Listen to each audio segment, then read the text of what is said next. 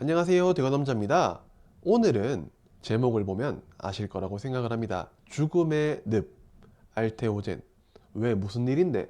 라는 제목으로 많은 바이오 투자자들이 이 그림과 같이 좌절을 했을 거라고 생각을 합니다. 왜냐하면 이 밑에와 위의 폭이 20%가 넘는 등락폭을 보였기 때문에 이로 인해서 바이오 기업들이 급락하다가 다시 이렇게 올리는 모습을 보이면서 마감을 했다는 것, 굉장히 어지러운 코스닥 시장이었다는 것을 한번 뒤에서 천천히 살펴보겠습니다.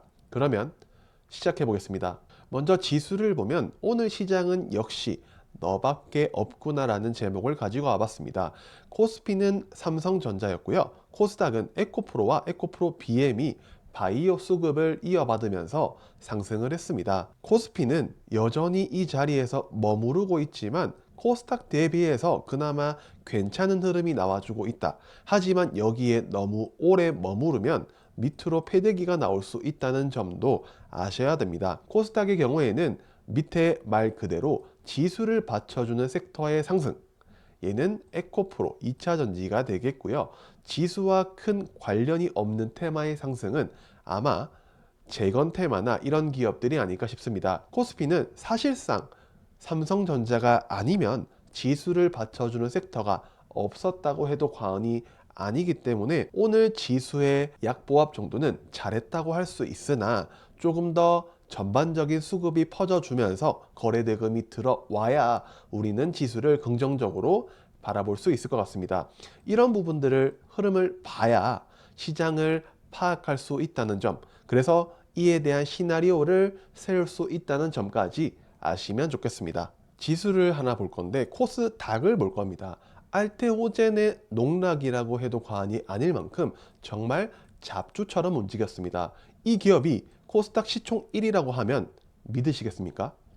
오늘 하루에 5분봉 차트를 보면 이 위에와 밑에 간격이 무려 23%에 가까웠습니다. 얼마나 시장의 체력이 약하면 이런 흐름을 보여줄 수 있는지, 이 바이오주들의 차익 실현 물량도 있겠지만 이 부분으로 2차 전지가 수급을 조금 받으면서 상승을 했다는 것, 즉 수급의 이동이 나왔다는 것을 주목을 하셔야 됩니다. 바이오 섹터에 다시 저가 매수가 들어올 수 있습니다. 하지만 바이오보다 가격적인 측면에서 장기간 눌려 있었던 2차 전지에 대한 매력도는 상승할 수밖에 없기 때문에 아마 기관이나 외국인들은 바이오보다는 이제 2차 전지로의 수급도 한번 예상해 볼 수 있는 상황입니다. 저는 안전하게 가야 된다고 생각을 합니다. 지금 시장에 급하면 계좌가 녹을 수밖에 없는 상황이기 때문에 코스피를 주요 깊게 보면 삼성전자, 그리고 삼성전자 어제 조금 약했던 기업이나 혹은 어제도 강했던 밸류업 관련 기업들이 그대로 수급을 이어받았습니다. 밸류업 종목 내의 순환매 장세가 코스피에서는 이뤄지고 있고 한 종목을 오래 가지고 있으면 손해다 라는 결론을 저는 지었습니다. 그래서 오늘 밸류업 종목 내에서 거래를 이어갔고요. 나머지 안전한 수익을 낼 수 있는 밸류업 종목, 하지만 언제든지 수익을 주면 팔아야 된다는 생각을 가지고 저는 대응을 하고 있습니다. 제가 오늘 가지고 온 것은 이격도 과열 종목의 특징, 그리고 과거 데이터를 봤을 때 네이버 증권에서 여기 조건 검색에 이격도 과열에 들어가면 이 창을 보실 수 있습니다. 여기에서 3일 이상 연속으로 뜬다면 차익 매물이나 고점 신호 가능성이 높다는 것을 아셔야 되고요. 왜냐하면 거래대금입니다.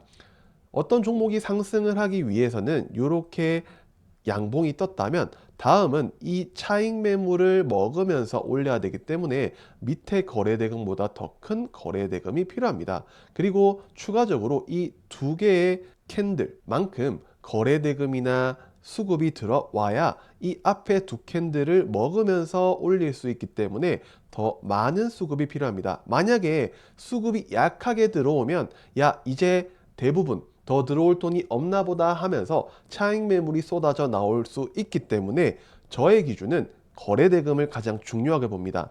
그래서 최근 삼부토건 그리고 범량건영은 아마 많은 분들이 얘 또 있네 라는 부분을 보셨을 거라고 생각을 합니다. 그리고 재건 내에서 순환매가 돌고 있다는 점은 재건 테마에 대해서는 이제는 위험한 신호가 굉장히 많이 나왔다라고도 볼 수 있는 대목일 것 같습니다. 오늘 시장에 코스피와 코스닥의 종목 특징이 있습니다. 코스피는 삼성전자와 밸류업 관련주의 순환매가 돌았던 시장이고, 그래서 코스피는 오늘 좋았다라고는 볼 수가 없습니다.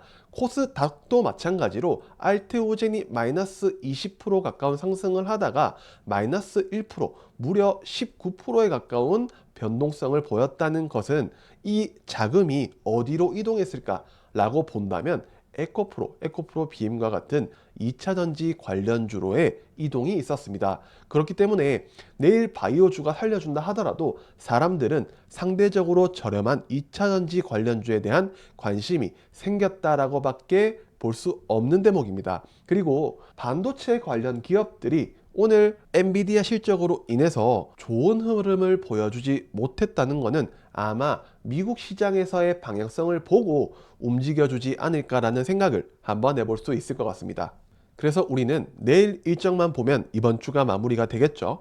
LA 오토쇼는 저는 뭐가 움직일까를 고민을 해봤는데요. 저는 차트로 봤을 때 현대모비스, 현대글로비스, 현대오토에버, 기아 4개 정도가 가장 매력적인 모습을 보여줬습니다. 단 내일 상승을 한다면 윗꼬리를 달고 그대로 내려올 수 있다는 점, 우리가 내가 사면 떨어지고 내가 팔면 올라가고 라는 점을 잘 한번 생각해 보셨으면 좋겠습니다. 그리고 G드래곤 행사로 인해서 디지털 조선, 그리고 YG 플러스, YG 엔터테인먼트와 JYP 엔터가 흐름이 좋다는 것, 그리고 2차전지로의 수급이 오늘 들어왔다는 점은 내일 연속성이 있으면 이 일정에 반응해 줄 수 있다는 점까지 보시면서 자동차 소프트웨어, 그리고 엔터, 2차전지 소재 관련주만 저는 체크를 해보셨으면 좋겠습니다. 그리고 미국의 지표 발표는 다음 주 월요일에 한국 증시에 영향을 줄 수 있습니다. 왜냐하면 미국 증시 끝나고 다음 주 월요일 국장에 영향을 줄 거기 때문이죠.